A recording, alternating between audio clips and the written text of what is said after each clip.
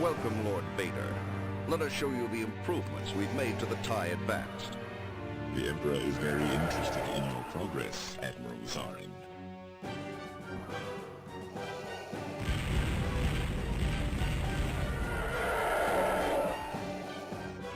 Hyperspace capability. Impressive. The first TIE Advanced are now seeing combat. We also have prototypes of the next generation of TIE fighters.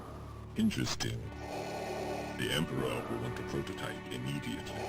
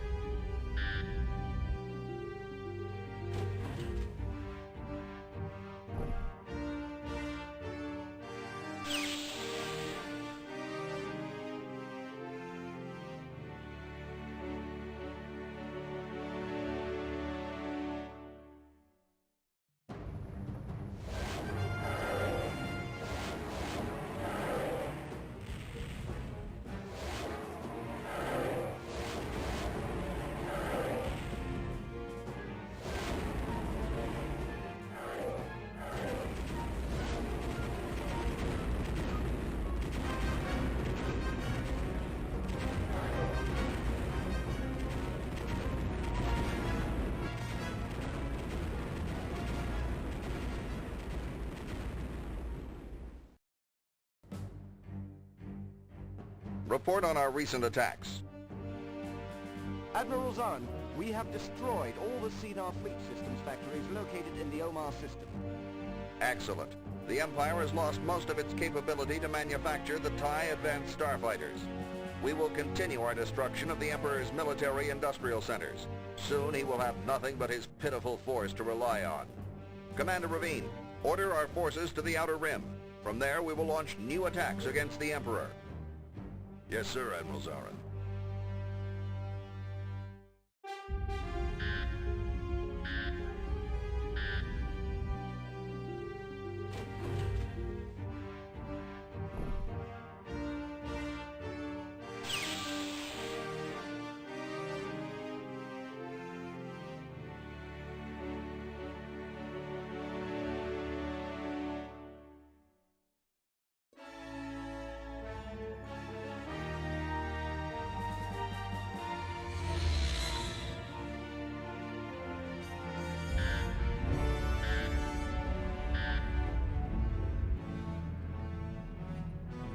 The civil war that has ravaged your planets is over.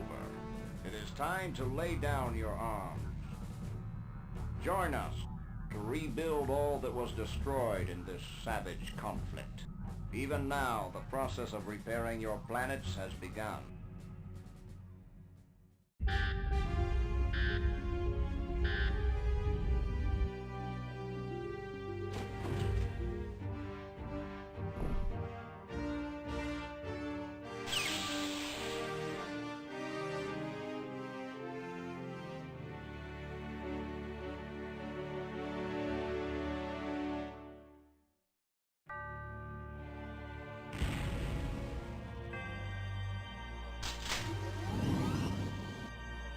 Admiral Thrawn, I am promoting you to Grand Admiral for your obedient service to the Empire. You will join my inner circle of 12 Grand Admirals who will command all Imperial forces for the glory of the Empire. Emperor, your faith in me is well placed. How may I serve you next? You must track down Zarin and destroy his forces once and for all. Grand Admiral Thrawn, do not fail me. The traitor Zarin cannot run forever. Soon he will be in our grasp.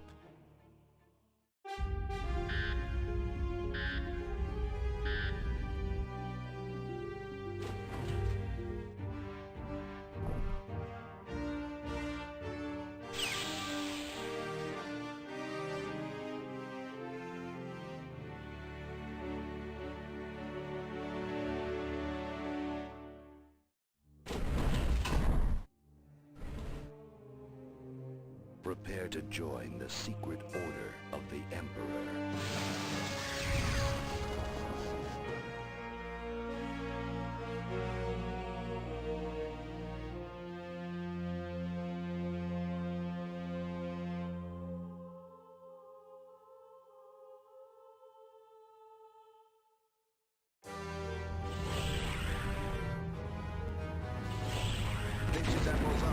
must activate the cloaking device at once.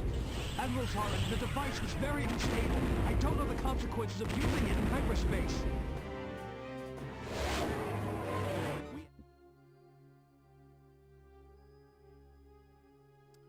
Okay, hello, testing. Can you guys hear me?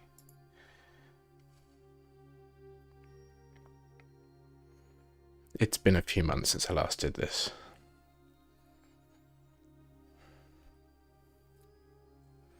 Yay, awesome. So on this episode of Star Trek The Next Generation, no, I'm just kidding, obviously. It's a nice image of the Enterprise D. This is my favourite ship in the world. I know this is a Star Wars live stream, but you know, it is what it is. So,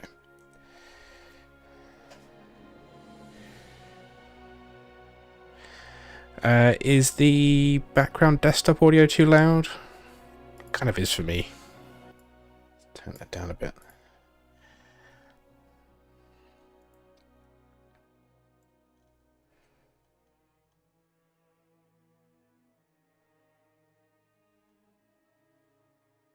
Okay. Right. Well, hello and welcome to this live stream. It's been a few months. I always say to myself on a day that I'm going to do it today. I'll do the live stream today, and then I'm either too tired, can't be bothered, or some other circumstance gets in the way that means I don't. But today, finally found the right confluence of events to do it. Even if this is just for an hour or so. No, this is not Battle 13 Mission 1, this is Battle 11 Mission 3. You could say it's reversed almost.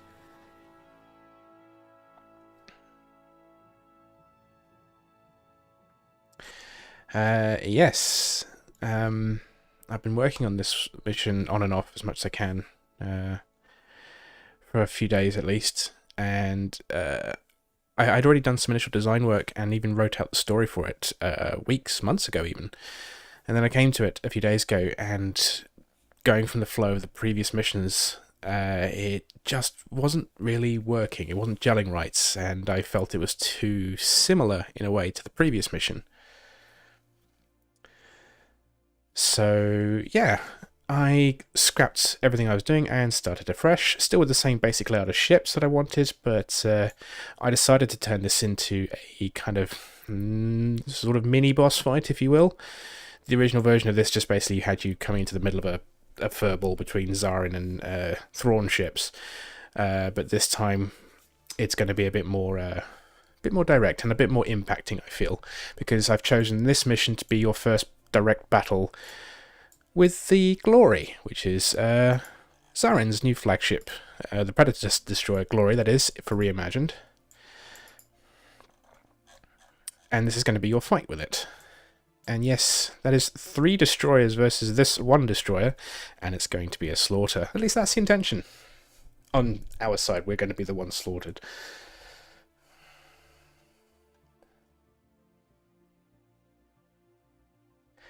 What is the classic version? You see, the problem with classic is that I haven't actually played classic for quite a long time, so my knowledge of the classic missions is kind of sketchy sometimes. So let's have a look. Int. No, this is a convoy mission, so yeah, I remember now. So yeah, this is basically a convoy mission. And Thrawn has planned to lure Zarin into a trap. Yes, I remember now. So that was actually the initial intent of the reimagined version of this mission, just on a bigger scale. But as I said, I didn't like where it was going, and it just, yeah, didn't work for me. So I started again, and this time made it more like not so much a deception, so much as Thrawn is expecting Zarin to try and attack, but so tries to heavily defend the convoy. But you know, banking that Zarin won't throw so many resources at it, but he doesn't realize yet the power of the Predator Destroyer, and this is the time for the Predator Star Destroyer to come in like a fucking bowling ball and just knock the crap out of you, and that's the intent of this mission.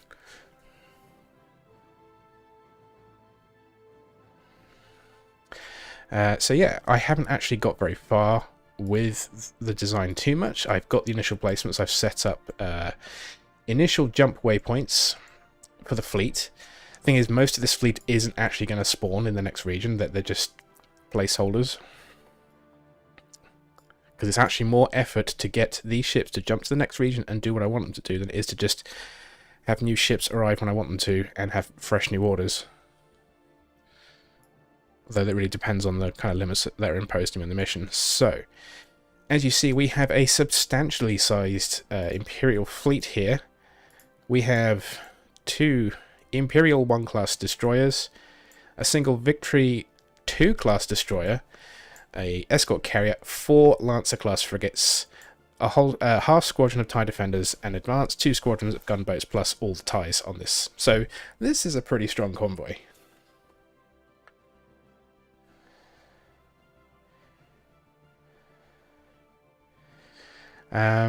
So yeah, and you're going to go up against this one ship and its legion of TIE defenders and TIE advanced, and this is really the strength of the destroyer. Because of the limitations of the game engine, the destroyer itself is not that impressive, because we can only have the games fire so many weapons at once. That's just the way it is. So it's basically a big bullet sponge. However, it does have a unique feature to it, which is that it has insanely high shield regeneration, which is going to be tied into the aspect of the story, and why this destroyer is so powerful is that you can't break its defenses very easily. But yeah, the real strength is it's a massive carrier. This can carry, I think, up to 12 squadrons, so split that between nothing but his elite TIE defender, TIE advanced pilots, and that's a wrecking ball that this fleet stands no chance. So it will be... I haven't quite worked out the details of it, because this is still the same. This escort carrier has missile boats, and the intention is that Zarin will capture some of these missile boats, and I haven't quite worked out the details of how I'm going to get around that yet. But my initial idea is that the defenders will basically just quickly disable the carrier and then just leave it alone, whilst everyone else just deals with the rest of the fleet. You are trapped by an interdictor here, so there is actually 2 other ships. There's an interdictor... So, 2 other ships, I've already replaced this. There's an interdictor carried, escorted by half a dozen corvettes, and a single squadron of TIE Advanced will... No, 2 squadrons of TIE Advanced will sort of circle the area. This is meant to be like, yeah, don't come here, but I'm not sure yet if I'm going to have to make the player do that, or if Zarin just gets what he wants and then fucks off. Like, I don't need to be here anymore. Details to work out.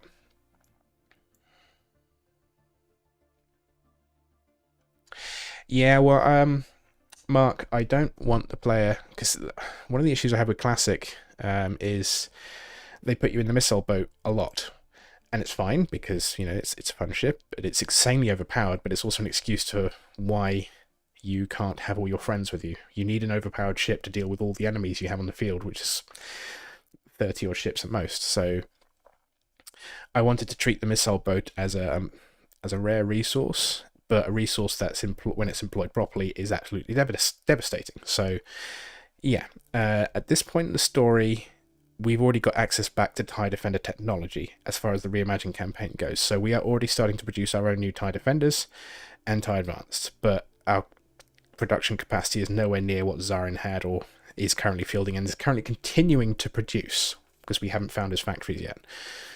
But, you know, that at least gives me an excuse to have the player in a TIE Defender.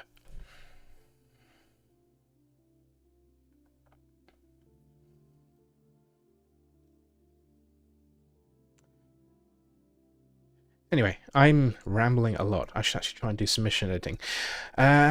Last thing I did was align their waypoints. So all these ships will, except the fighters, because I haven't quite worked it out yet, but all of these capital ships should be going the same speed and should exit roughly the same speed. And they currently just have a go home order, I think.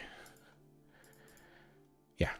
So let's test that quickly.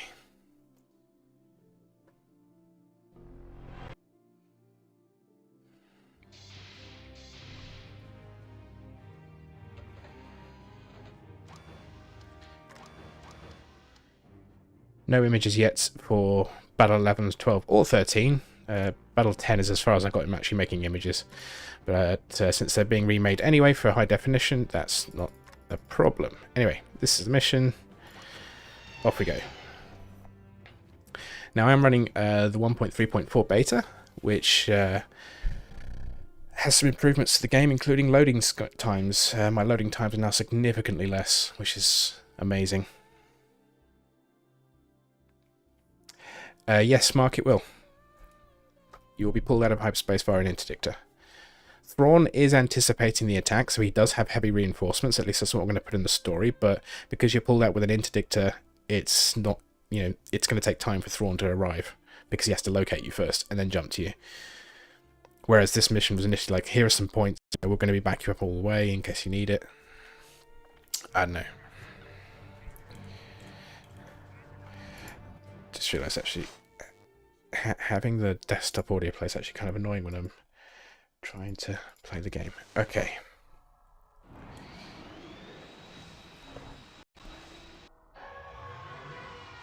Woo. Alright, let's have a look.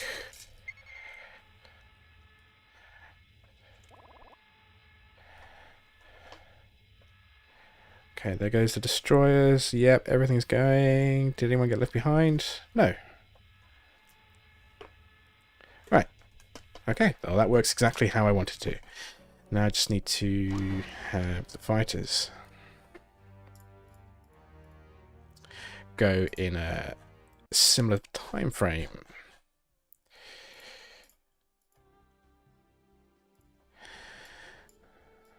So we need to have their waypoint showing, and they are currently 7 seconds.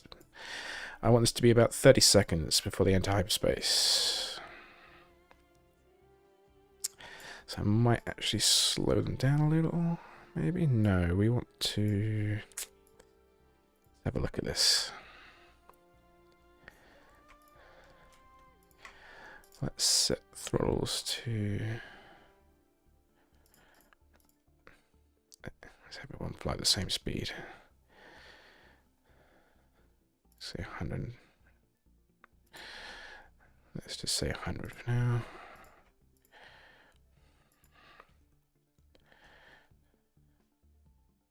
Actually, 100 for you is fine because you're already going slower anyway. But although you have, actually no, they don't need to know that. So let's say 90% throttle.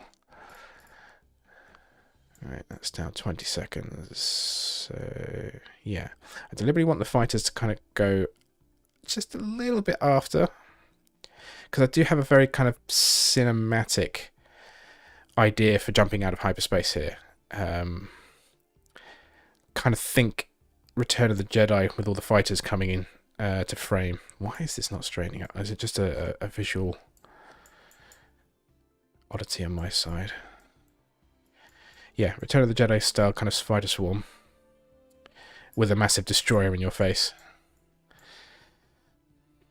Right, so those should now also go here.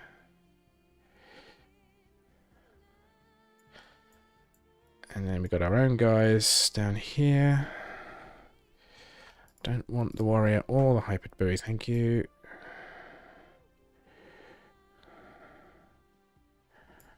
Okay, let's take a look at region 2.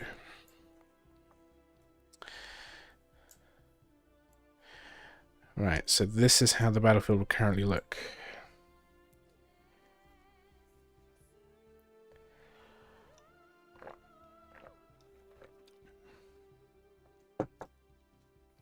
The whole YouTube name change thing is baffling to me. It's like they want to be more social media with the handles, but it's just like, well, now I can't tell who people are because they've done it by their username. You don't use your username as your display name in a lot of cases. It's such a dumb move. Whatever. YouTube being YouTube.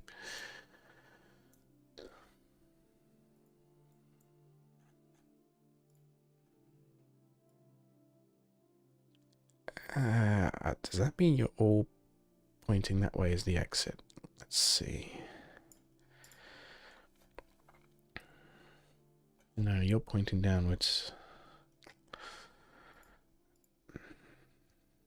Yogmi is not as good for this, I find. Waypoint 2. Same for you guys. Right.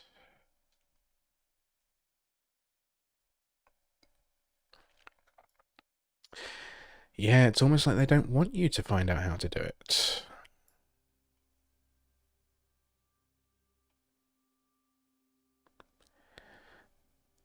Okay. So what's happening here, I hope, is that I'm basically deciding their hyperspace vector. I need to turn wireframes off. Having wireframes on makes this really laggy.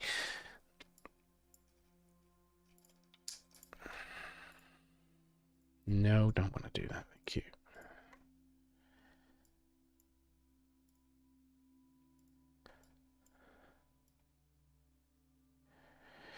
And currently Yogmi's a little bit buggy, as you just noticed what happened there. I want them to point that way. Let's make sure the Z-axis we're good. What's going on with this one? Is that me? Who knows? The planes are good. Is this me? It is me, and why am I there?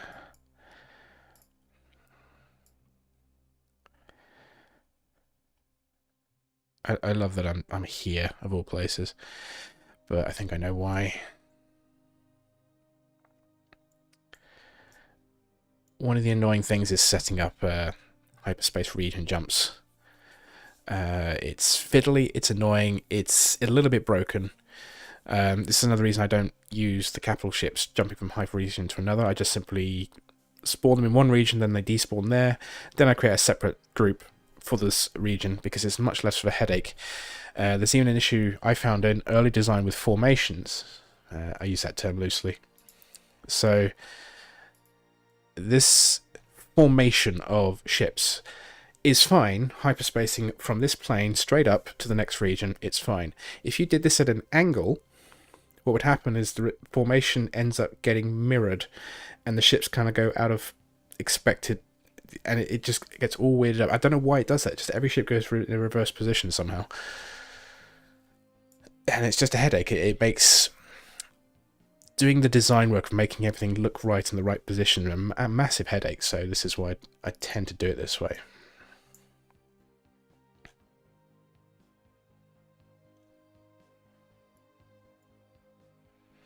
Bye-bye wireframes, thank you. Right.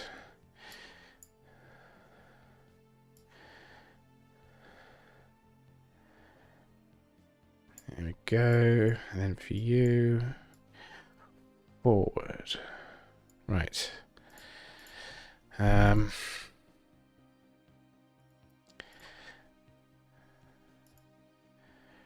Now, let's just actually see what happens when this happens, but I do need to adjust one more thing.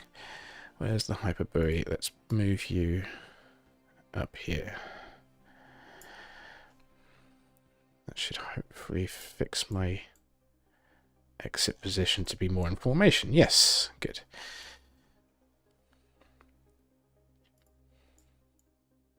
Alright, let's try that. And quickly turn down that. And refly.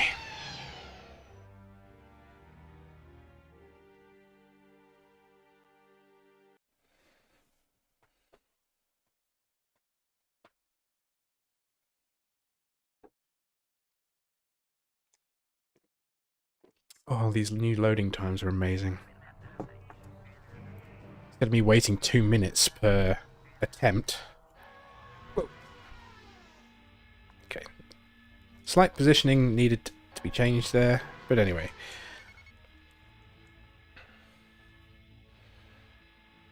So capitals jump away.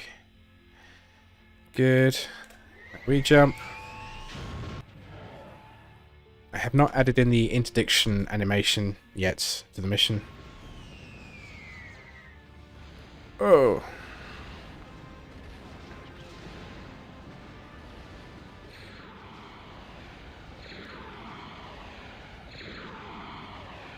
Okay.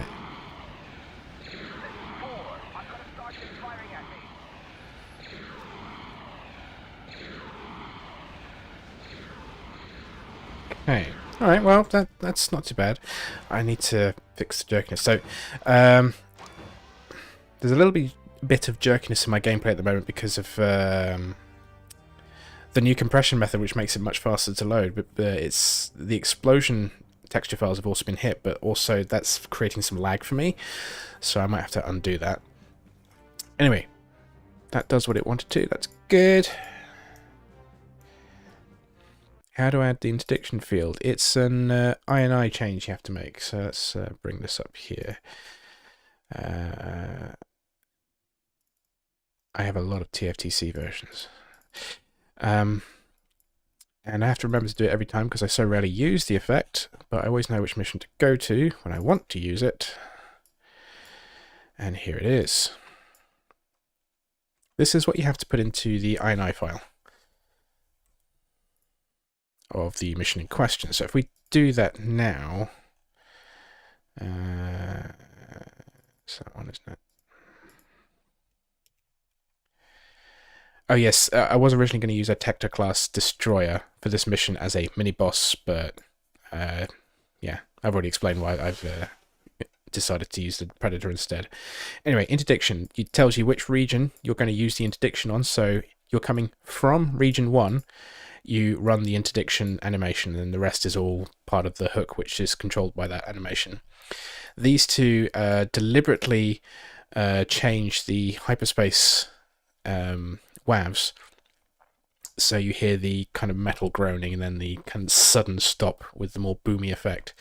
Then the issue here is I think that's going to play regardless of the hyperspacing. So if we jump to the next region, it could be that these will play. That presents a problem, and I might have to ask Jeremy for help. Can we avoid this by specifically saying by region what WAV to be playing? So yeah, that could be interesting. I have to work around it somehow. Okay, quickly restart the game because INI changes sometimes need that.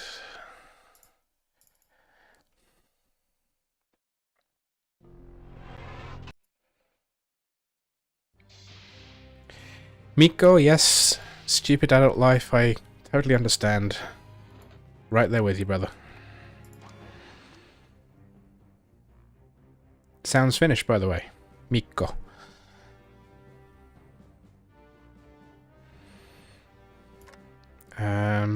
Yes.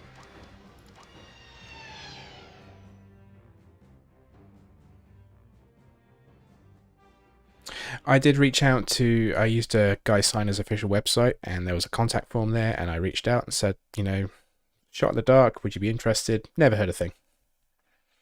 Presumably, though, if he did want money, there's no way I could afford that. There could also be legal issues, I don't know. Right, so now we're testing if the interdiction effect will work.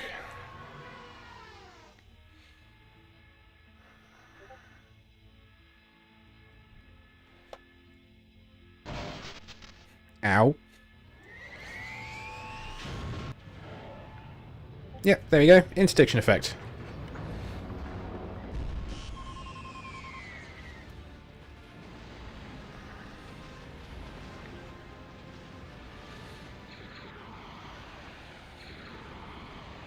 Yeah, okay. That is not bad. Not bad. So we've got part of the effect there. I feel like the player should be jumping in closer than that, though. So we start at least 1.5 kilometers away, and I want them to be a bit more in your face about it. So let's... Of course, this adjusts their waypoints again, doesn't it? Let's move it further up.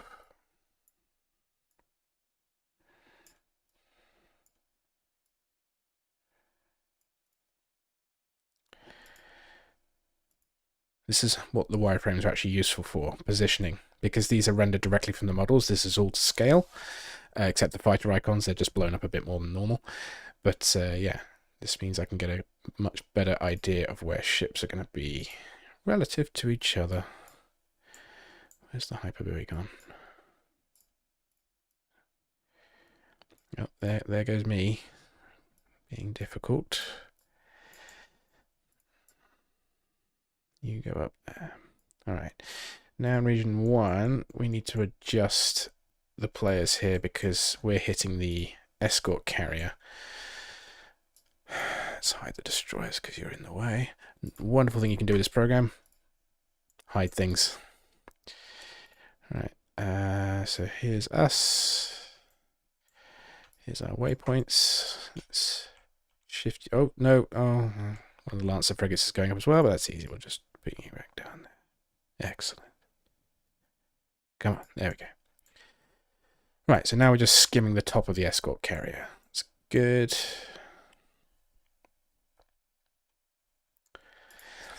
I think we're coming up below when we were start above the destroyer, but then if we're above the destroyer, we don't get a nice... See, why am I up here? That should not be up there.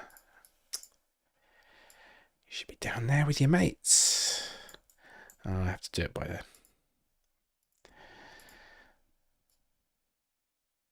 Yeah, you're kind of still starting from a high angle, and I don't want that.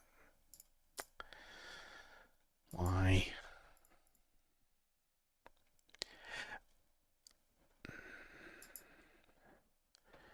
Let's do just attack targets, waypoints.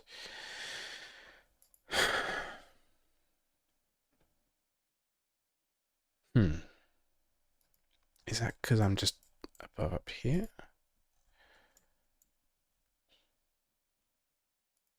I must admit, I'm confused.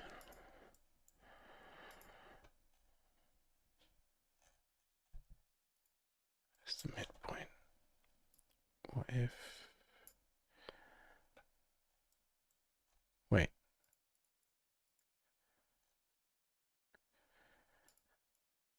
This program's fucking with me.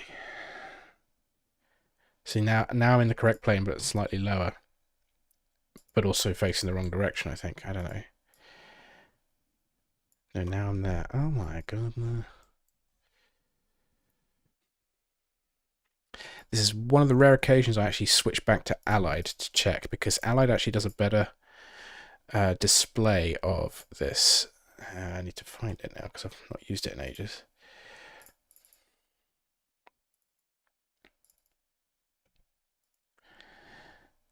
Let's just make sure we saved. Yep. Right.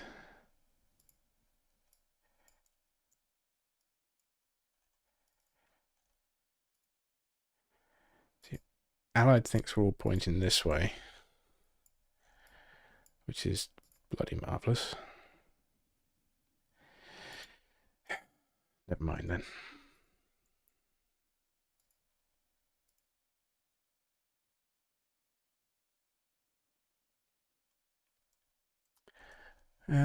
This is very quiet here. I want music. Give me music. Thank you.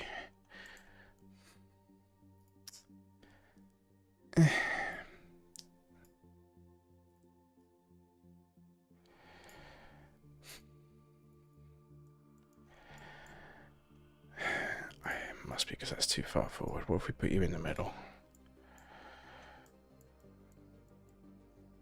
Okay, a little better. Does it have to be further back then?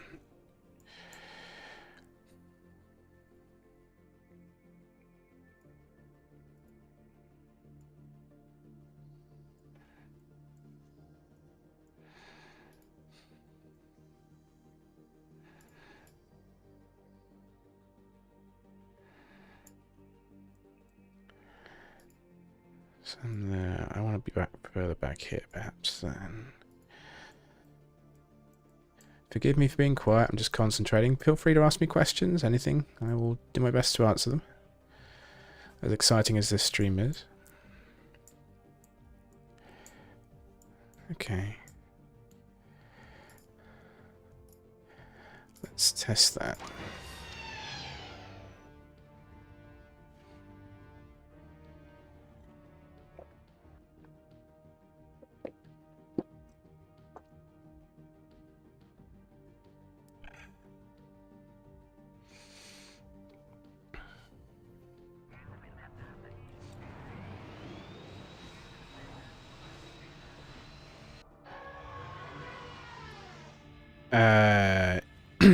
David Westman does. I've had a few conversations with him as well. I know that Larry David is aware of us because I've tried to contact him directly more than once, and I know my message got to him. And David Westman also tried to contact Larry, which is Lawrence Holland, but no response. But I know that he's done an interview in the last year or two about TIE Fighter to some publication, so I don't know.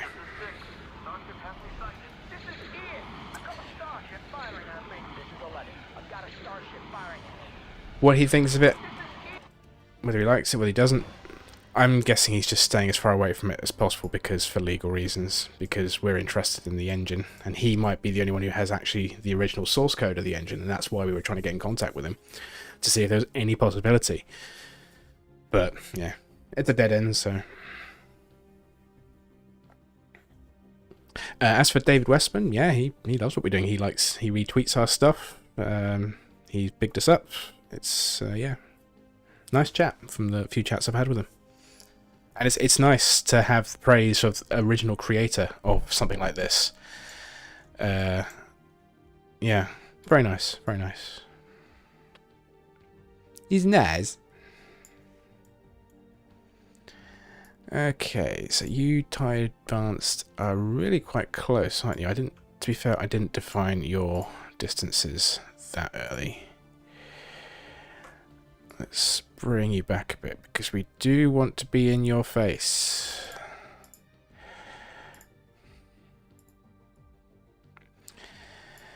How do I want to do this?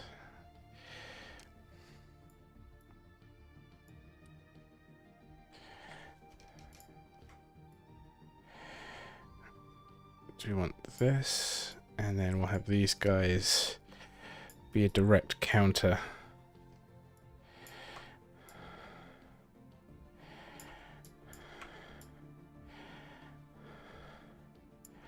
Except you're not moving yet, and this has to be... Oh, this is going to be tricky to do.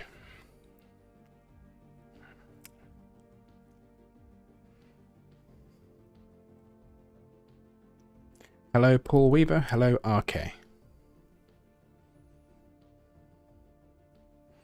You know, to my great shame, I never played Free Space back in the day. Not one, not two. I don't know how it went by me. Yeah, because I'm a big sucker for space games. You know, I've played most of them over the years. A couple of Wing Commanders, Tacky on the Fringe, TIE Fighter, X-Wing, all that stuff. Starlancer, Freelancer, the X games. I eat that shit up for breakfast. And I've never played Free Space or Free Space 2. I've tried playing Free Space 2 a couple of times. And I'm like, oh yeah, I like this. This is good. Then I stop like 3 or 4 missions in because I get distracted or I need to do something else. So, sorry.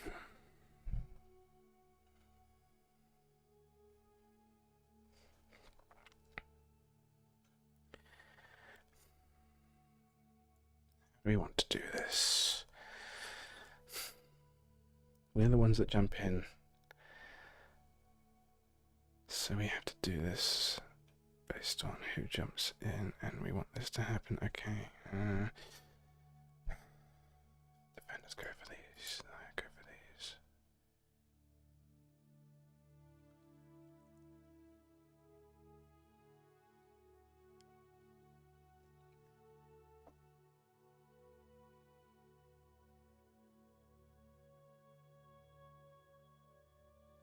I'm going to have to try a few things out here because I don't know how to make this work exactly how I want it to.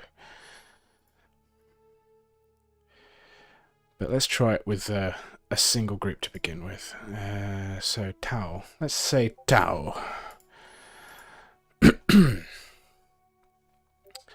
And oh, don't know why I dragged that over there.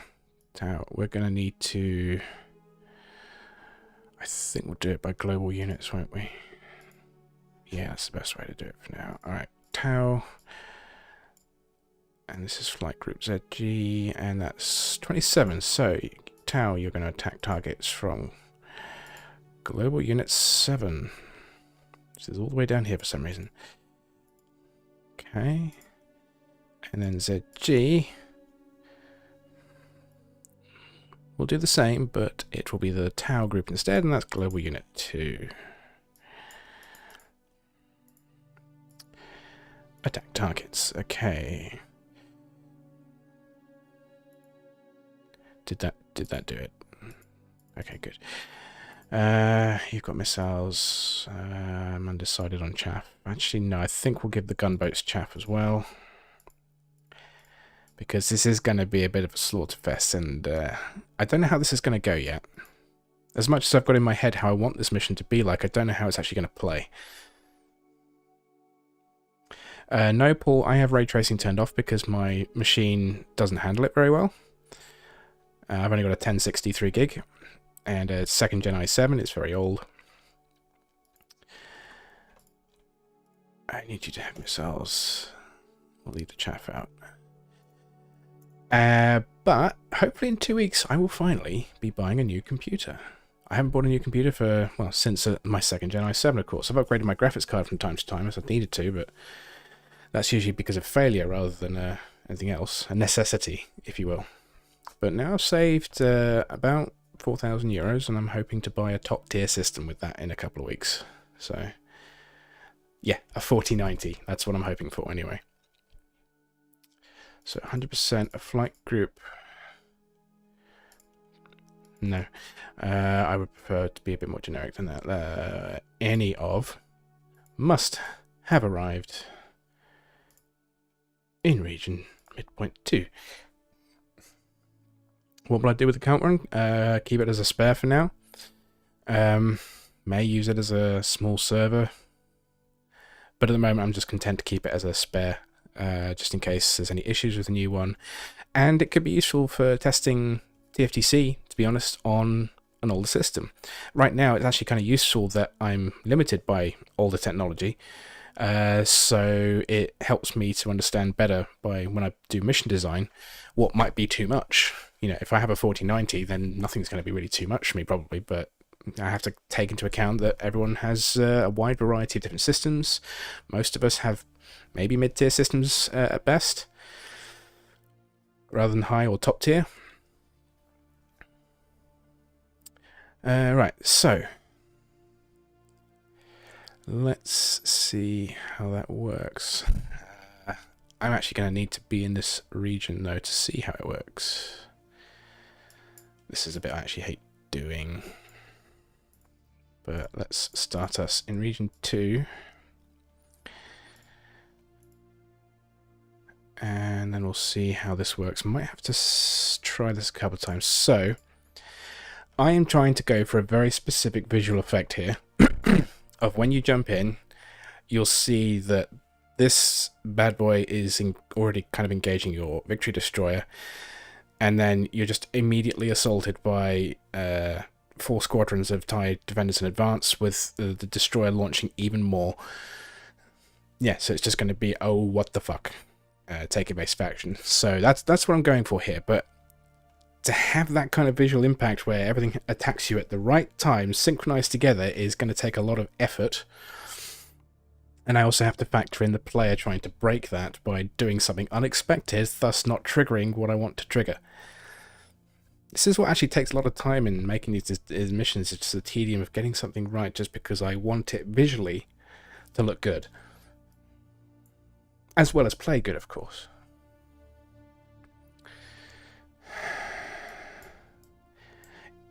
Interesting that, yeah. See, they're facing the wrong way again, even though we have already set this. I think this happens because of messing with the hyperbuoy. And I really need to turn wireframes off.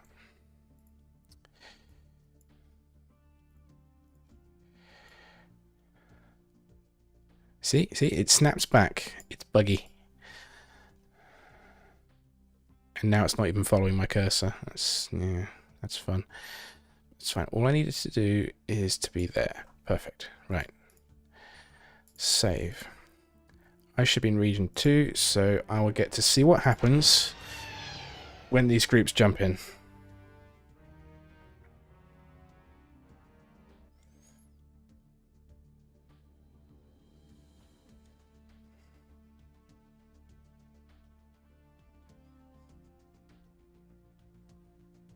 I'm a lot older than my PC.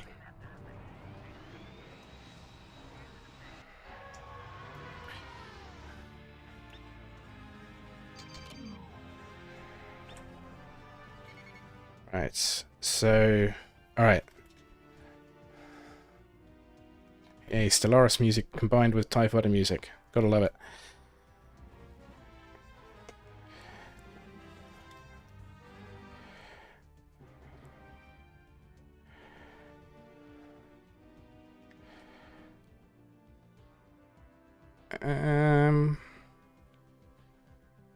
Oh, hello. Well, there's the dagger group. There's the gunboats. All coming in. Oh, what the fuck? What the fuck? Oh, of course. And the... okay, so that didn't work for primarily, aside from everything going on at weird angles anyway. Those TIE defenders launched from the destroyer because I set them as the mothership. They're not arriving by hyperspace. So, yeah. Okay, we'll have to do that again.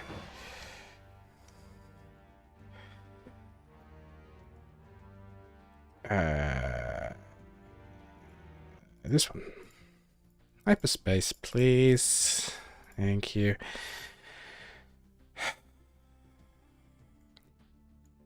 It's what confused me is Roe came in here as well. Oh, yeah, of course. Maybe. No? No. Roe came in two different directions, like the ship had spawned twice. Okay, well, I'll figure that problem out later. One problem at a time. Keep focused. And turn Stellaris music down.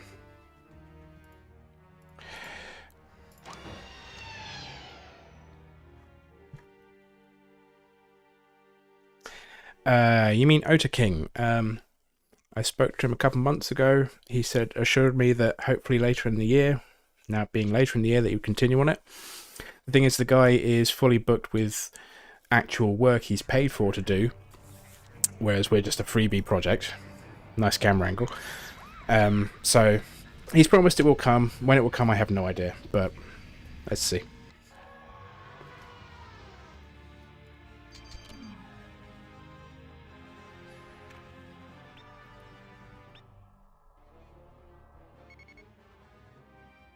Okay. Speed time up a bit. Here comes Dagger Group, wrong direction.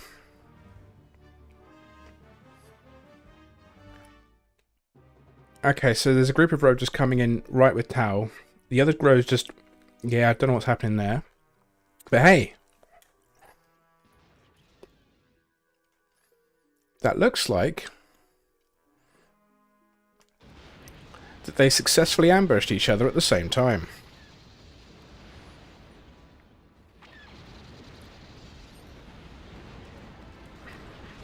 But I wasn't paying full attention, so let's try that again.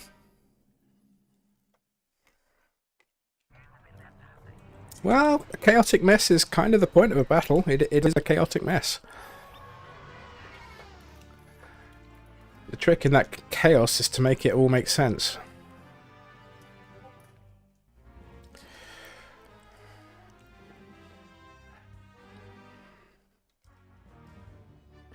They arrive exactly the same time.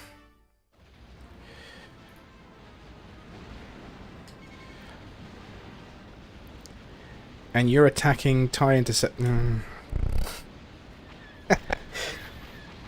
Whatever, whatever. The timing works. That's perfect. Because this is an illusion here. I can't have the player actually see you just hyper in at the same time. This is just all for show. Smoke and mirrors. I'm not the expert on that, but probably yes. But the explosions are already quite large files. Yeah, I'm not the expert on that one. If you ask McDonald in the forums, he's the one who made the explosions. I don't think he's in Discord. If he is, I don't know who what his name is. Right, okay, so we got that working, that's good. Except the gunboats are attacking the wrong target. Global unit. Oh, 27. I did 7. Idiot. Muppet. Right. More Stellaris music. Someone's discording me.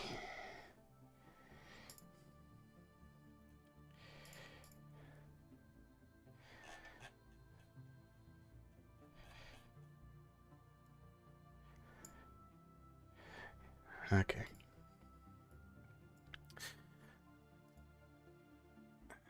So, URZG, URZF. These are placeholder names for these at the moment. I just needed to segregate them by squadron to make it easier to decide what to do with them. What I want to do is actually just copy your order, so it's easier. Although it'd be nice if you actually did the copy bit and then the paste bit. Thank you. Except you are going to be attacking row, which is 3. Yes. And hyperspace, please. Any of gun tower must read room. We want to change that to row. And then we've got the TIE defenders.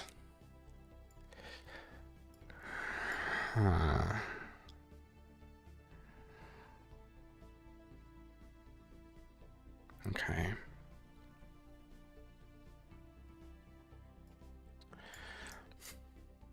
Let's deal with this first.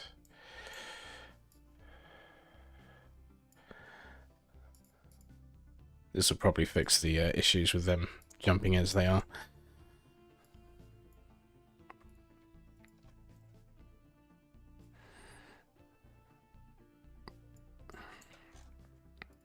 Okay, and where's me?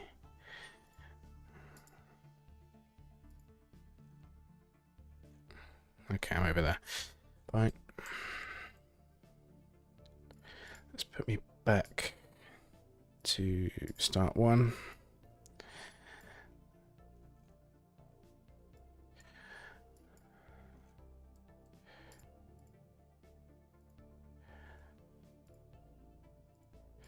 Really? Are you...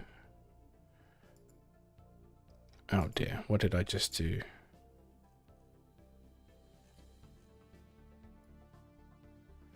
Ah, that's what I did. Okay. Idiot. There we go.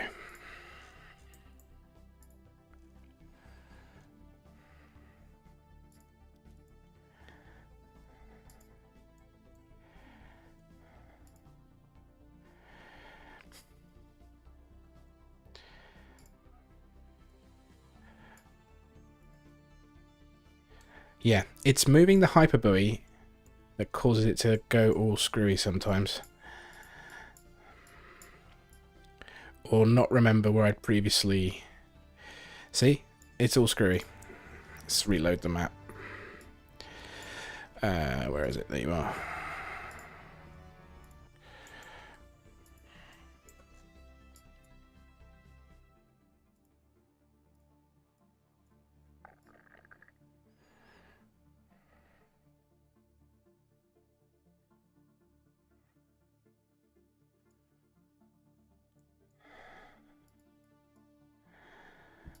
Well, everyone there looks good, so that's fine.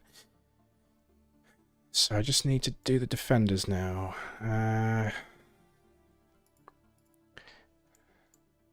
SB and SA. Okay.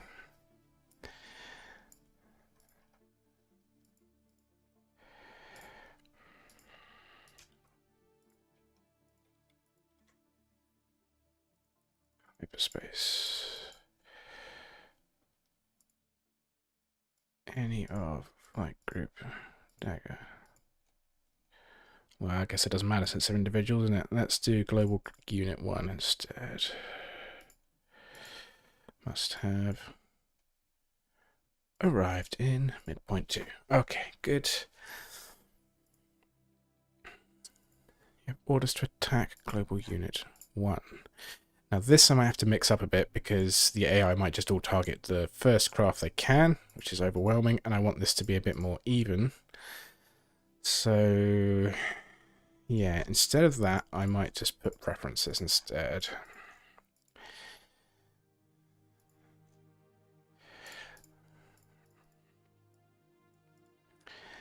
And then we can change that.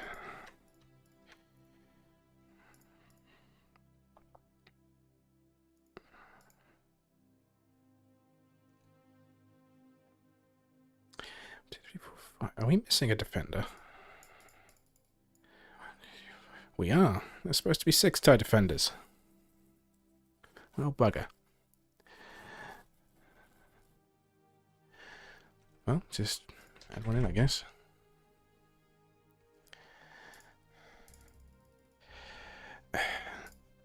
Mad clicking.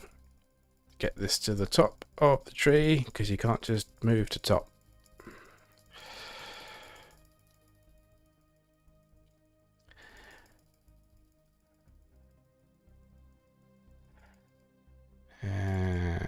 That'll do.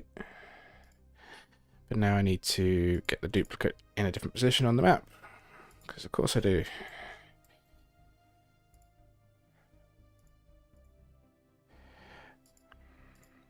Okay, there you are. Let's put you there.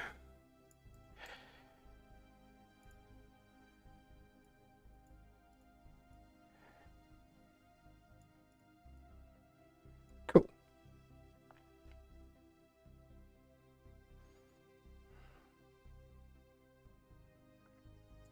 Hello Blazing, hello Vince T.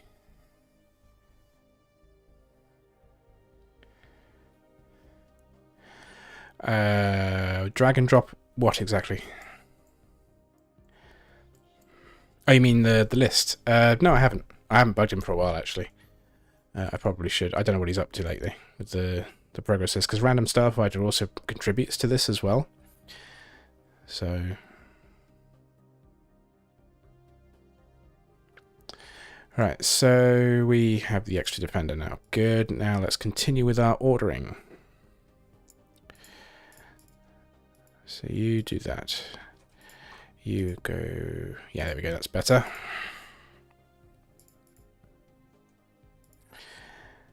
No, TIE Advanced. Dagger 2, please.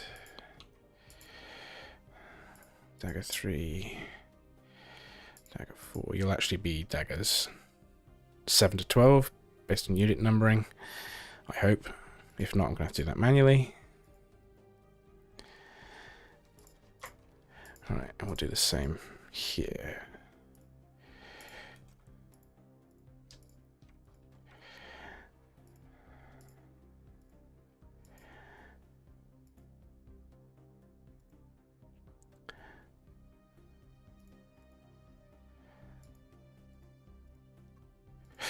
Yeah, that's actually confusing me a little. Alright. So you're good to go. Let's make it annoying. I'm ambivalent about giving everyone chaff because then it just makes missiles useless. Well, not completely useless, but moderately useless, certainly. Right, so Tau, you are attacking, so let's make sure that you attack global unit. What was it? 26. And you guys will attack global units. 21 and 22.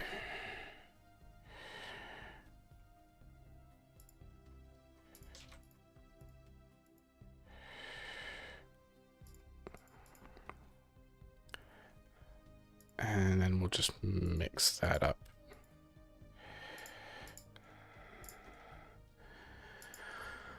Okay. Except none of you have an attack order. Nah. There we go. Now you do. Now we want these to go to a backup order if they perform their initial orders. So we'll go to attack targets. global unit 1. And then we'll do IFF, Imperial, and ship class starfighters.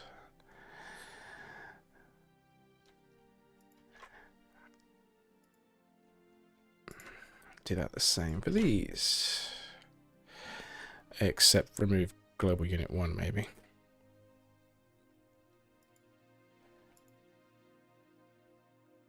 Well, it could be fun, but I don't think it will be. Let's do that.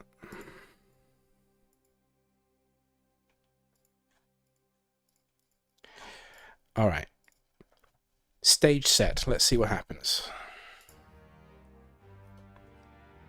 Stellaris music off.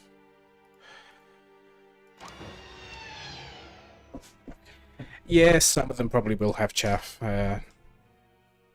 Oh dear. Some bad feedback there. My audio still good?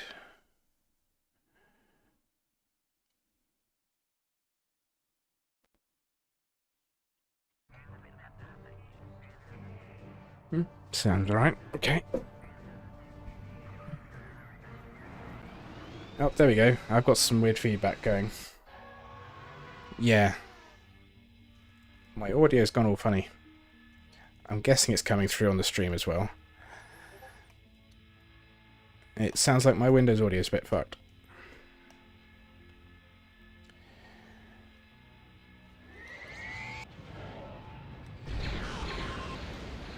And I'm facing the wrong way. Okay, well.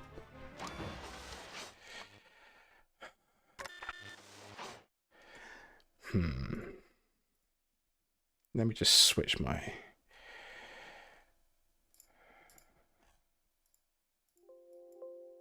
That seems to be better.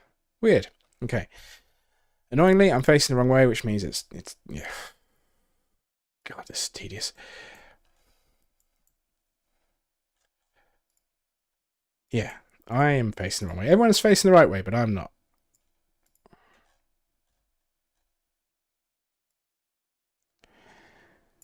Alright. Let's try again.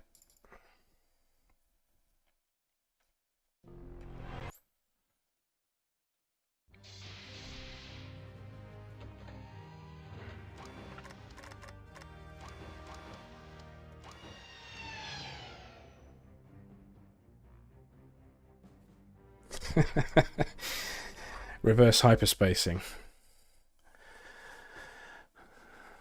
A rare but niche art form.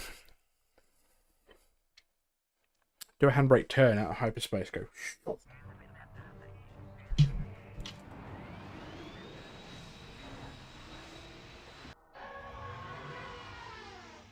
Alright. Got our buddies. There's the other gunboats. Everyone jumps.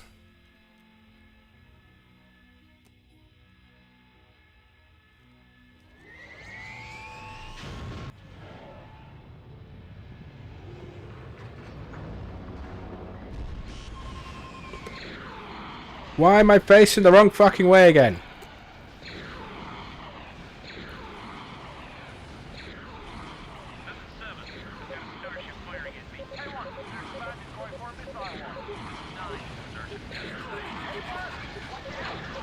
I mean, that's cool.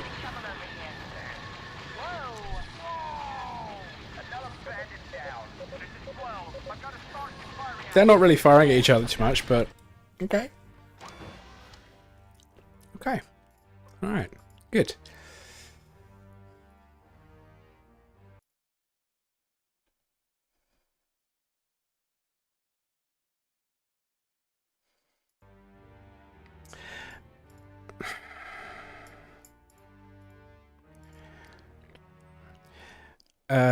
Vince, you're telling me about the mothership? I think that's because I haven't assigned a mothership, so it's loading the default hangar for some reason. I don't know. Either that or, you know how it is. Let's put me on the me on the dark.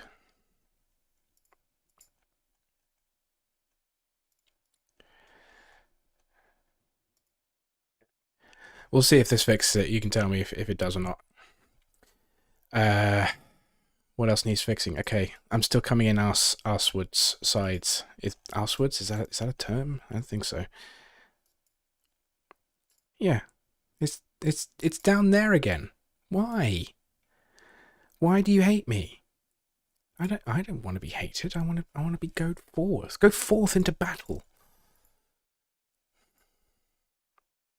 And it's yeah. Oh my god, this is horrendous.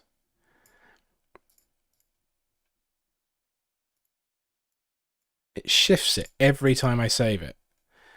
I'm going to clip this and show Jagged Fell what this is doing. Let's close the map. Save. Bring this up again.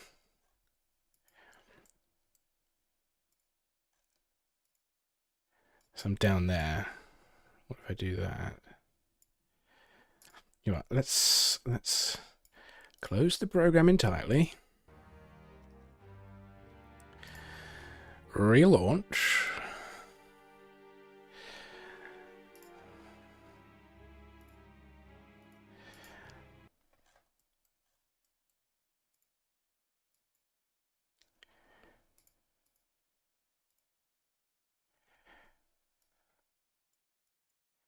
Could it be because of that? I doubt it. Let's just put the second waypoint up there anyway.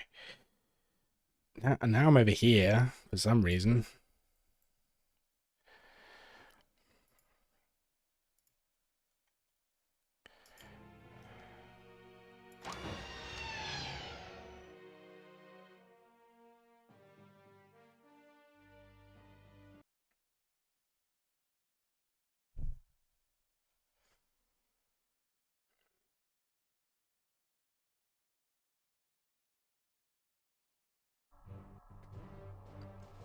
That looks different.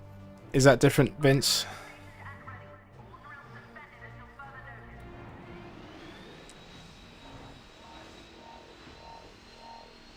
That looks like your updated model to me.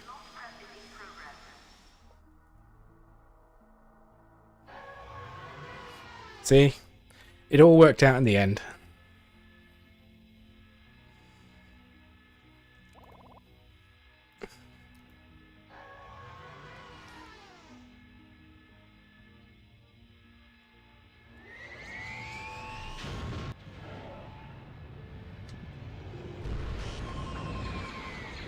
Hey, I'm coming in a different direction. That's cool. This is actually the direction I expected, but it was telling me it was, but...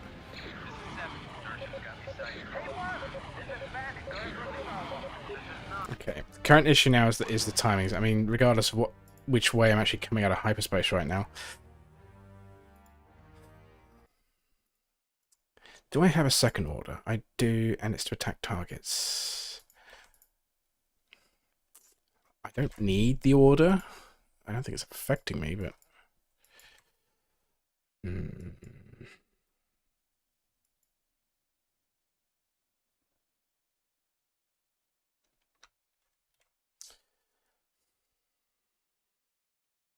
Anyway, we need to adjust some timings, because it looks to me like the defenders are arriving after I arrive.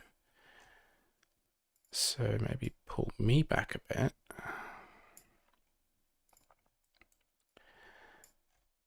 Everyone else, we'll drop you back a bit as well. Just a couple of seconds.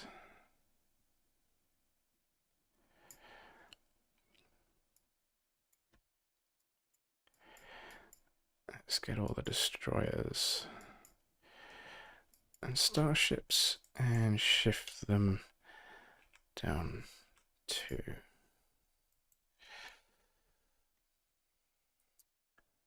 Right. Let's take a look at me again.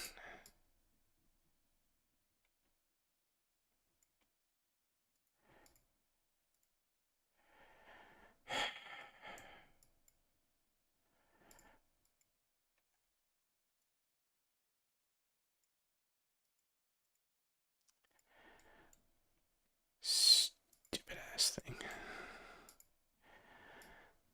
I don't even have a waypoint.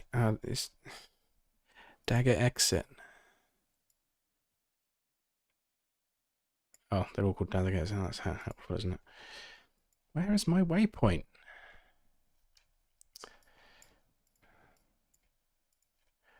When in doubt, hide everything.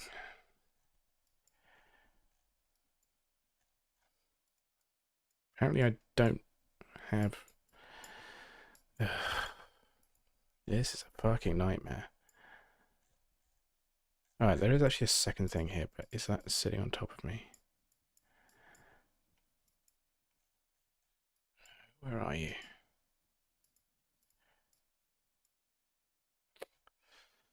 I don't know.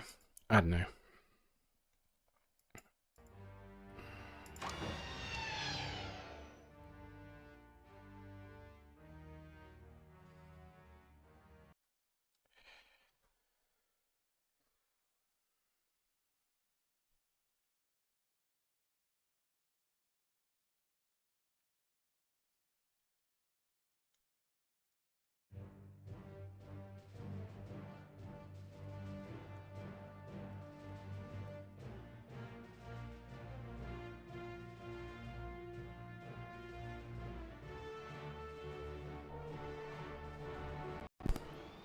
Okay, there goes my audio again.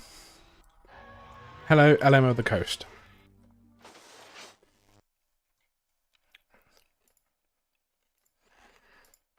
But the game's gonna hate this. Yeah. No, okay, whatever.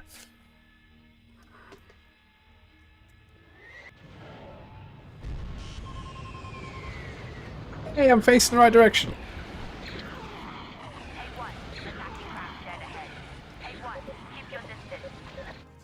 Okay. Horrible, horrible audio.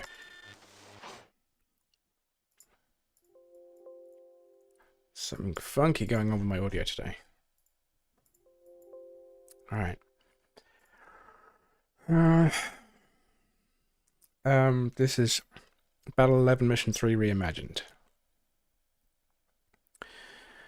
What do I need to fix? Timings are still off.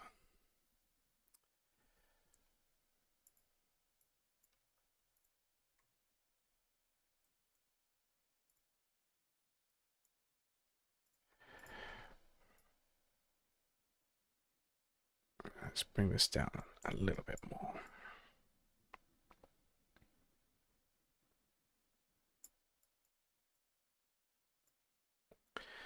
And try again.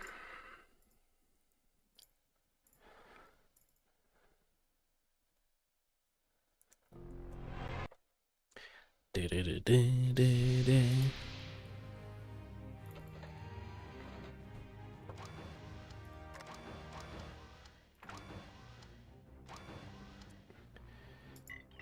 haven't done the briefing yet. I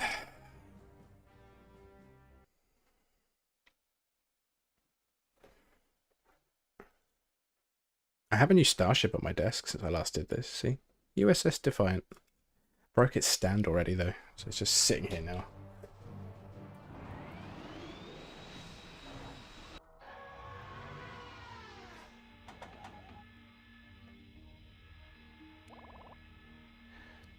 Okay, so we're going full thrust. That might be part of the reason, but...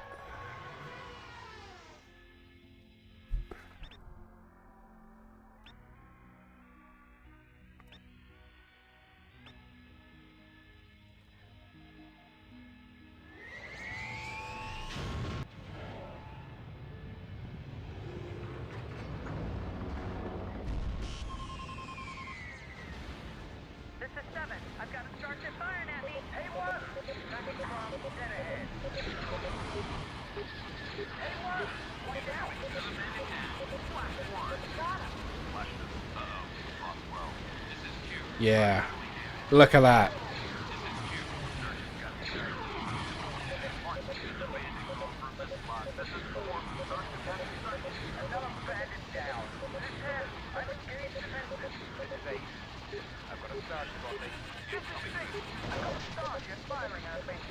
Nice.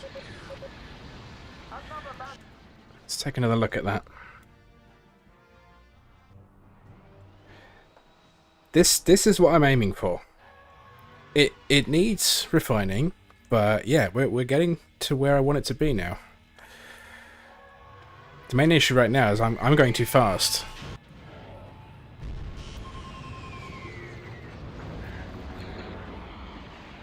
There, you can see the defenders are arriving before they should, or after they should rather. So we need to fix the player's speed. Yeah. Oh, okay. Player ignores specific speed. Unless, of course, your throttle settling overrides that. Let's just set you to 80% then. Switch you to default. Also, we need to fix the arrival points of the other defenders, the enemy defenders. Do they have waypoints? They do. Okay, let's have a look.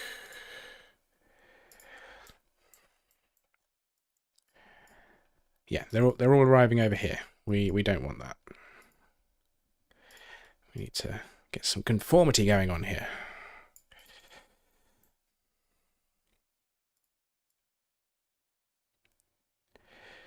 Now it's just boring, tedium.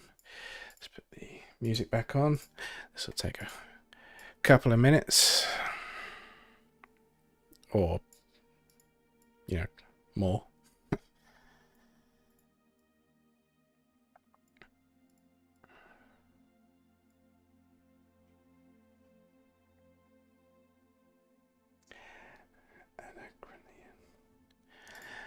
Anachronian, is that in reference to Foundation, your name?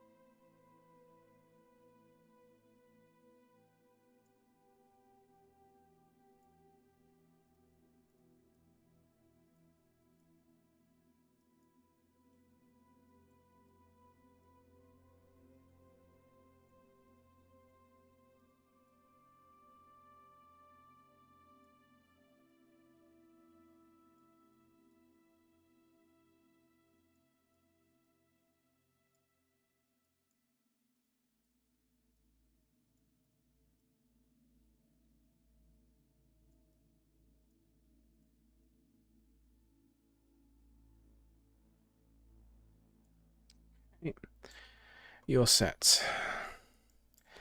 But I think I want to move things back a bit. Well, actually, I think what we might want to do is just bunch things up a little bit more.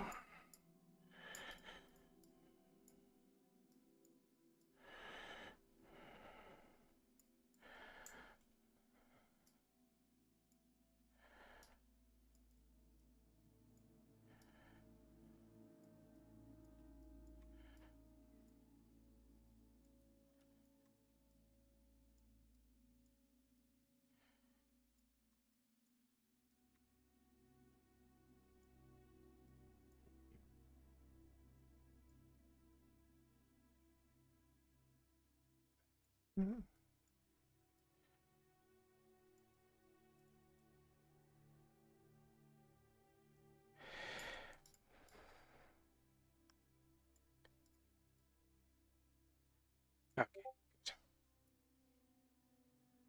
Right, that should be that. What do we want? Did we want to move them a bit further back as well, didn't we?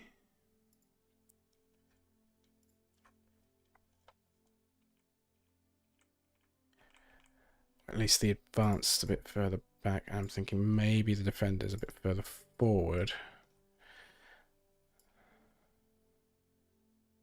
So there's like a similar gap between everything, because the defender's a bit far away. You have a moment to appreciate things, but I don't want you to have a moment to appreciate things other than, oh fuck.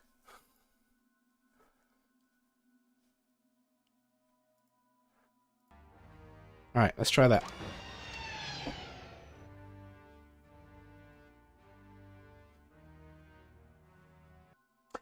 Yeah, fair enough. I just started watching the Foundation TV series, and so Anacreon, I think is the term for one of the species or one of the planets there. I've never read the books.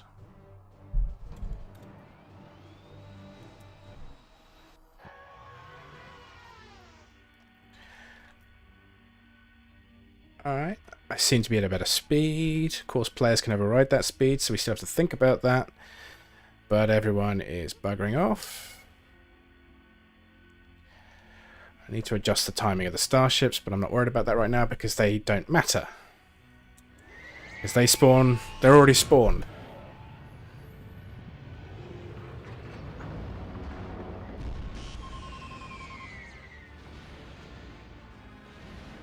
So, we've arrived.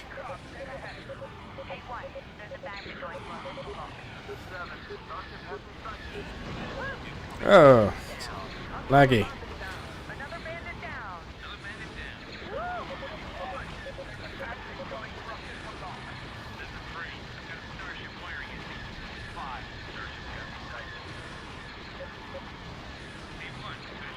Okay, I need to fix the explosion issue I'm having. That is to say, the lag caused by the explosion's new compression. So I need a clean installation. I'll just copy it from here.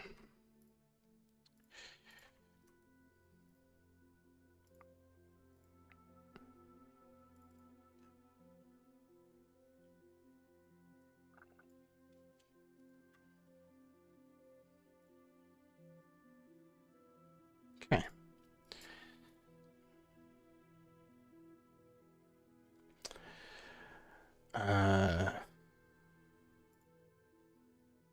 Next thing. Elevation. Everything's on the same plane. I want this to be a bit more cloud, not line. If you know what I mean. I think we can just solve this by doing this by the numbers here. So you're all currently on the same plane. I'm more interested in the TIE Defenders than the TIE Advance, but we can fiddle with things. So let's 10.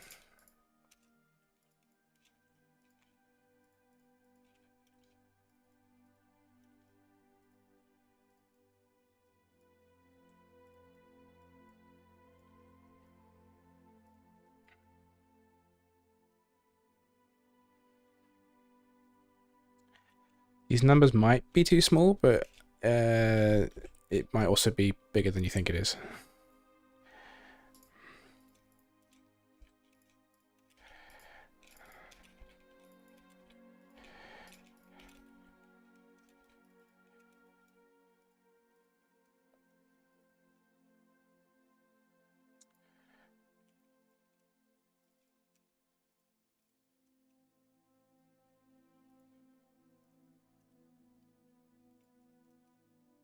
Now I'm just kind of picking the ones at random just to give them a little bit of variety.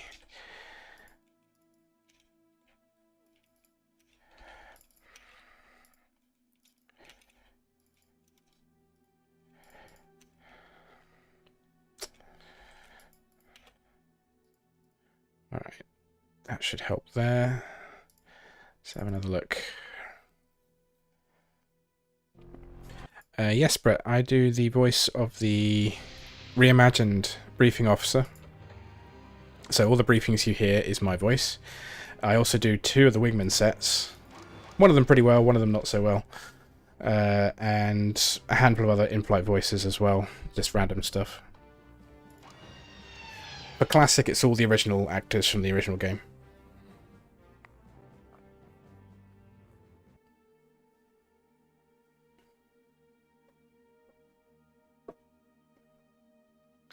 It's just for the briefing officer, I put a World War II officer spin on it. Hello there.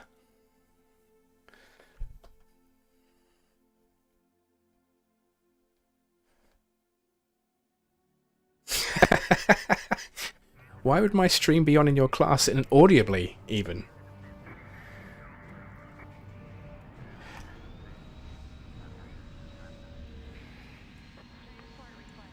Am I on the wrong... I appear to be playing the wrong mission. I'm playing the wrong mission for some reason. Yeah. Idiot!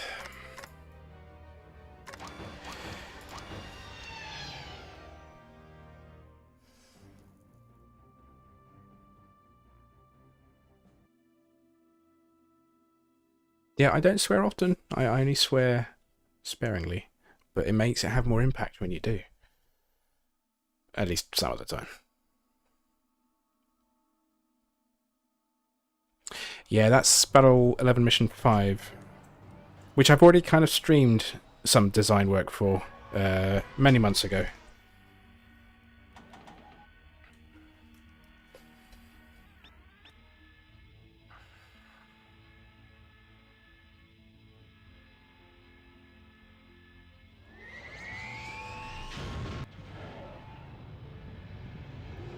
Okay.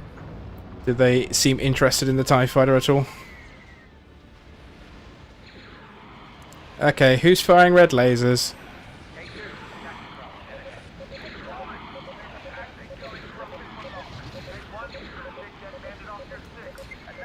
What the hell?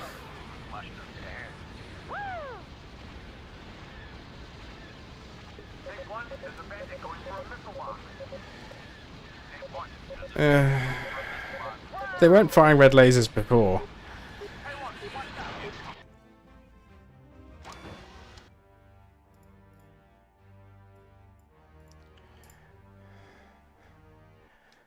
This does not make sense. The only thing I just replaced was the explosion files, but that shouldn't affect the laser colors.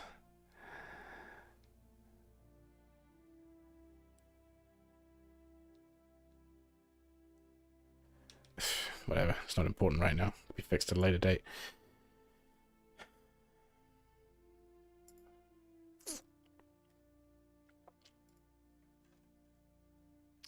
So it's sort of working. But I noticed then when I jumped in, it was still too early. And I need to stop that.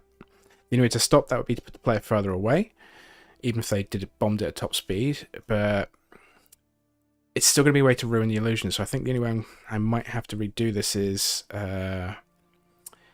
like the capital ships, the current fighters here are just placeholders. They just despawn. And basically what would happen is as soon as the player despawns from this region, they will spawn at the second region and always arrive before you do, thus beginning the sequence of events. That's probably how I'm actually going to have to end up doing this. Means a bit more work, but I'd rather get it right. But let's try it again as it's supposed to be done.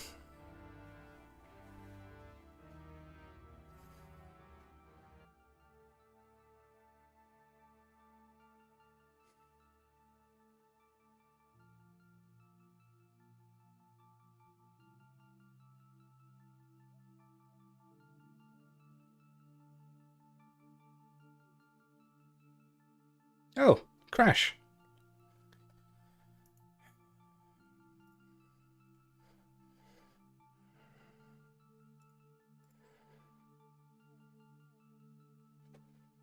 Things started going wrong when I put the explosion files back.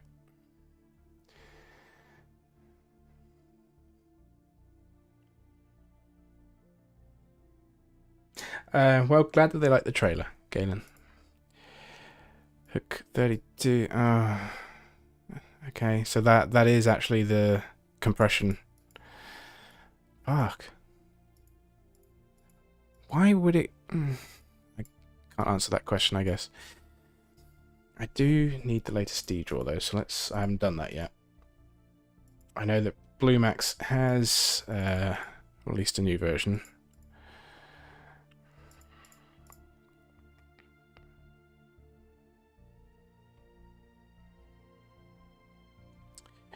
Here we go.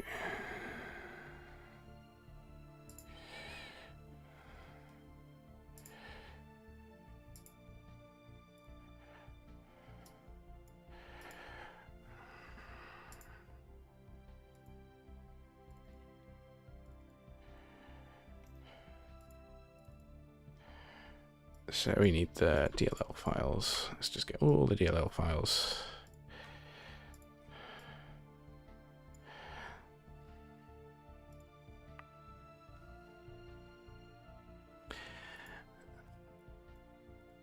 And thank you, LM of the Coast.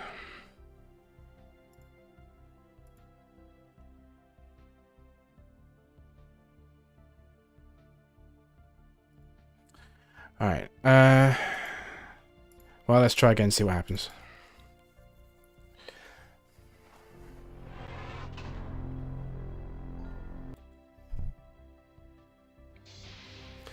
And turn Stellaris music off.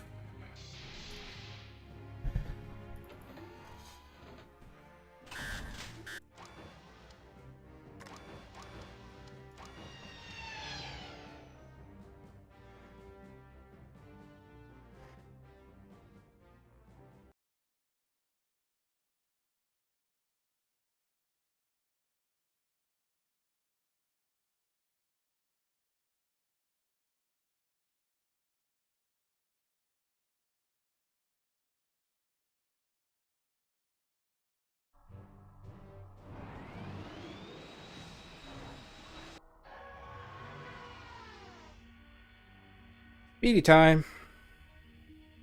Or bullet time. Yeah.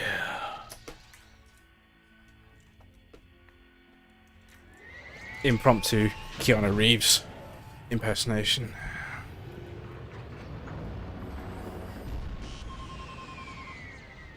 Hey, one, attacking craft dead ahead. This is 7, I've got a starship firing at me. This is 9, I've got a starship firing at me. Yeah, that looks so cool. Hey, 1, there's a bandit going in for missile launch. This is 12, I'm engaged. I'll try again. And I'm going to just wait a little bit longer to jump.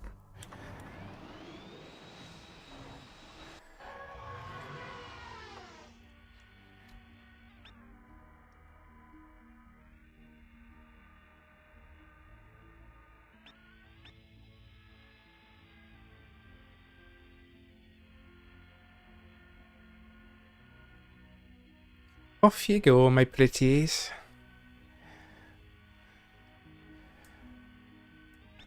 Okay, that's everyone gone. Jump.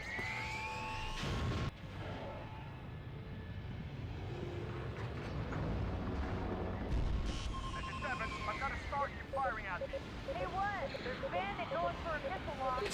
This is 9, I'm heavily damaged.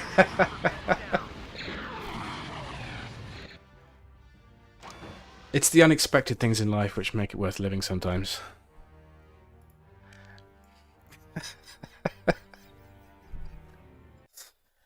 I assume you all saw what just happened there. Why? Fuck knows. And this is another reason why simply having the ship spawn in instead of all coming out of hyperspace is probably much less of a headache in the long run, because I'd have to deal with this fucking angle malarkey with hyperregions. Ugh. Okay. That was quite funny, though. Got a good laugh out of me. A good chuckle.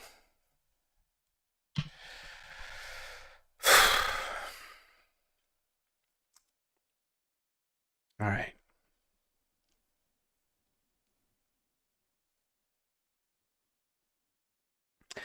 Just deciding if I should do that now or stop now, because it's getting late. But first, let's have a quick look at the gunboats. See, according to this, they should be jumping in normally. Could it be... I wonder if it's something more interesting than that.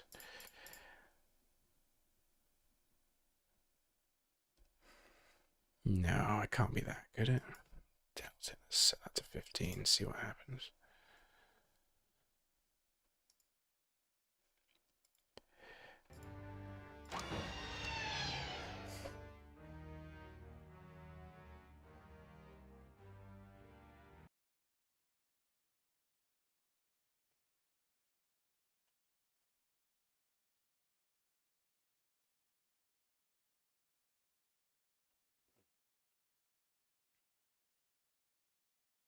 These beautiful quick loading times.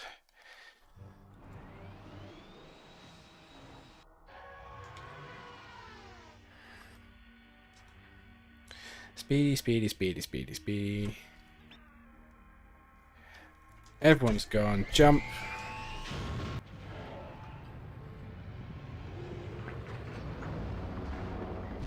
I've got a starship firing at Yeah, there they go. Coming in all in a line. firing at me. Woo! Whoa, another bandit down. Got him. Wow. Nice. I've engaged defenses. This is Red. I've got a starship firing at me. Anyway. That is the effect I'm going for. I've achieved the effect I'm going for. Now it's just a case of refining it so it works exactly how I want it to. And then going from there, basically, as to how the mission will develop and progress from there. Because, okay, now I've got you into a clusterfuck. How are you going to get out of that clusterfuck? And at the moment I've got two schools of thought. Either one, the glory itself retreats after trashing everything and stealing the missile boats, because that's all he wants. He wants the missile boats, then he goes. Then he's gone. Second one is that you have to at least disable or knock out the Interdictor, which at the moment has a pretty strong anti-starfighter defense. Let's turn the wireframes on.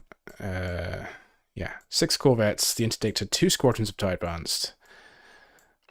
But yeah, we'll have to think about that. But yeah, I'm happy with the overall progress, and the last hour and a half has been me purely making it look cool. Nothing to do with gameplay really, other than just setting up the initial clash and hopefully instilling some emotions in the player as they're suddenly unexpectedly pulled out of hyperspace. Well, probably not unexpectedly. You know something's going to go down in this mission. But just that oh fuck moment. That's what I want to try and pull off as much as I can with the engine. And this I think does it quite well.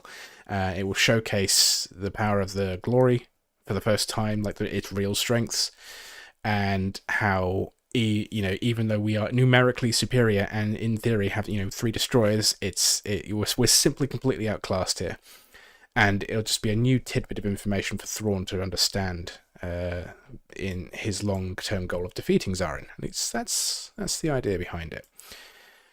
You won't underestimate this ship again once you've played your card, basically.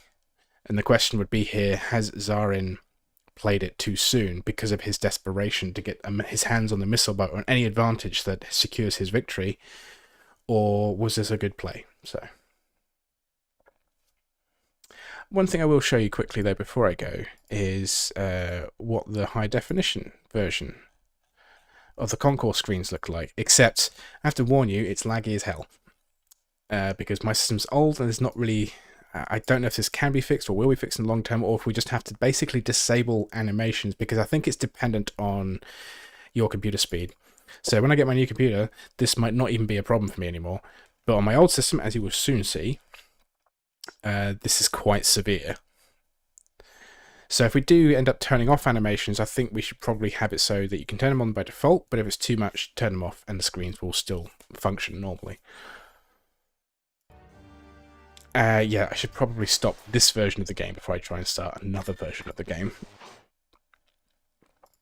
Silly me.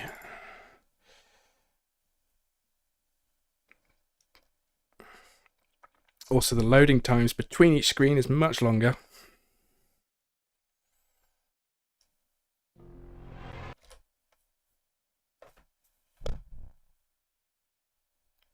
Still waiting.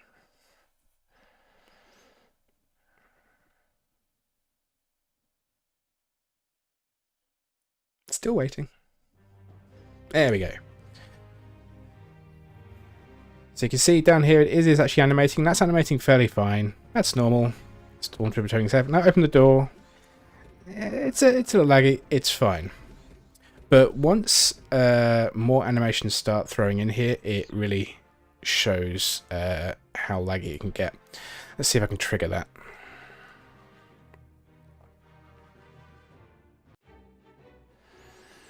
But yeah, here's the new pilot stream, which looks gorgeous. UL has done an amazing work on this.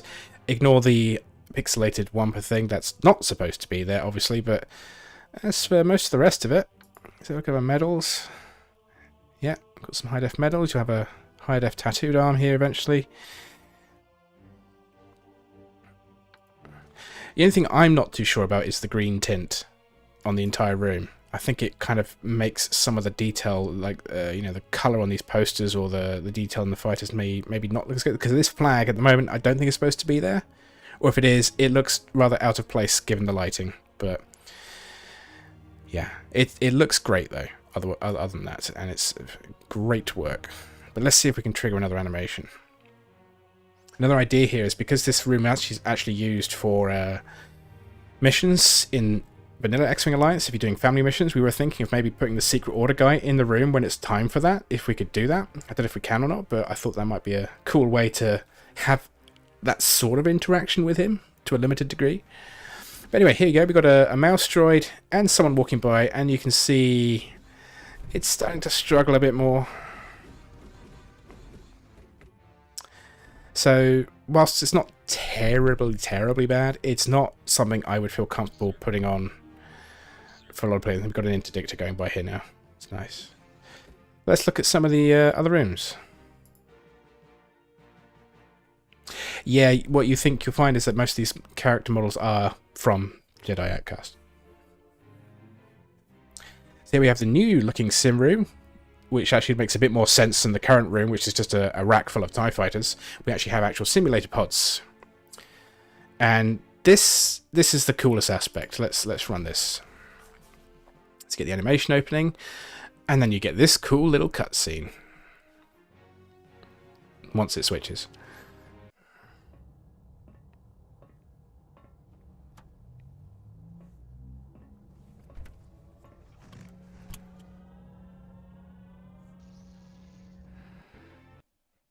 How cool is that? Very, very cool. I'm hoping, because UL has done some really good work on learning all this stuff, that this is how we can maybe make the cutscenes redone for Reimagined for the character stuff. If we can do stuff like that, juxtaposed with the in-flight engine for the ship-based stuff, then maybe we can make some more convincing cutscenes and also tailor it specifically for Reimagined by having even mini cutscenes to just add more flavour to the story whilst avoiding giant walls of text all the time, because that's the main way the story is delivered to you in terms of the flavour and the context, is by giant walls of text or listening to the speech. And I've actually watched a lot of streamers try to play the game, and a lot of them skip it, or just like, yeah, I know what to do. So, yeah. But anyway, I haven't done it with the other battles yet. I do have up to Battle 4 now. Force Flow from X-Wing Alliance Upgrade has been redoing these, but here is a proper high-def version of the simulator images, including down the bottom. You got these nice detailed mission images as opposed to what we currently have, which is this, which is the low resolution and low color version. But now we have glorious detail, and it looks great. I think the only other thing I was suggesting to UL is that these buttons need to be made a lot clearer. From a practical UI design point, it's not clear what they do, except maybe for that one. But what does that mean? What does that mean? Unless you hover over it, it doesn't mean anything. And it's not entirely clear the icons represent it. I think it needs to be more clearer, basically. Do we have other rooms to show? I think there's the tech room as well, isn't there? Gotta wait. Alright, let's have a look at the... There's the tech room.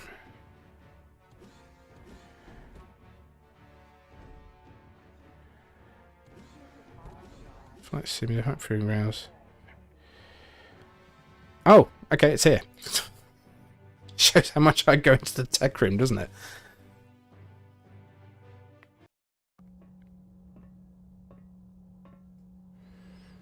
But there you go. You're actually still in the concourse room, and that's cool. We get a nice little different perspective.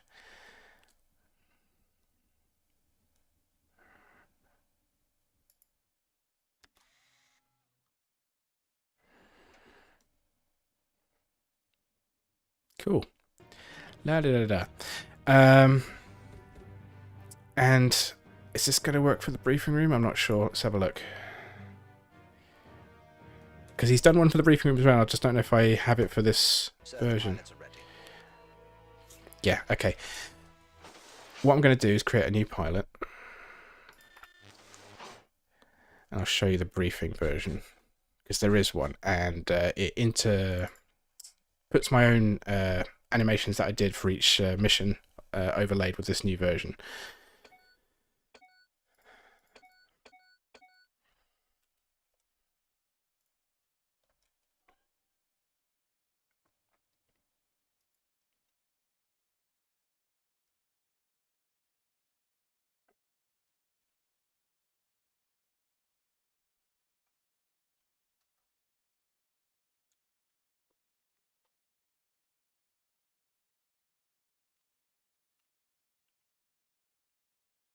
Okay, testy.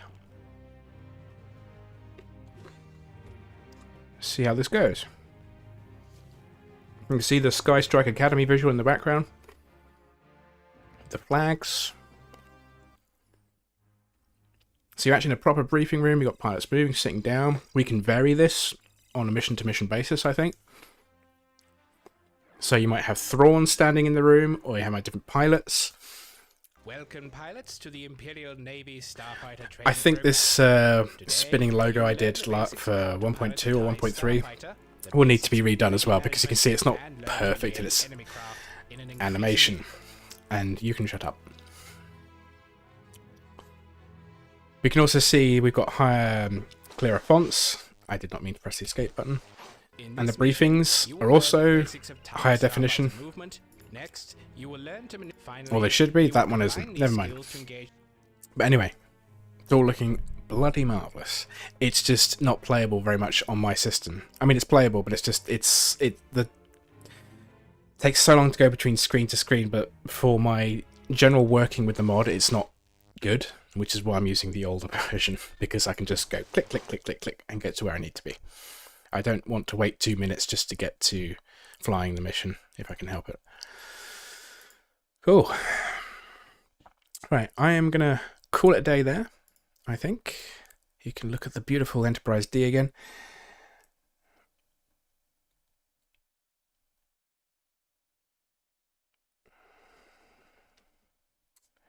Did I miss any questions? No, it doesn't seem so. But up to 17, 18 people watching. Lovely. Well, thank you all very much for joining me. I'll try not make it to be 6 or 7 months between the next live stream. I find I'm actually sometimes a bit more productive when I have a live stream, because then I have the pressure of people watching me, so I actually do some work. So there you go. I hope you enjoyed it. Otherwise, I will see you guys on Discord if you're there, and if not, I hope to do my next Klingon Academy video later in the week as well. So yeah, until the next time, guys, fly safe.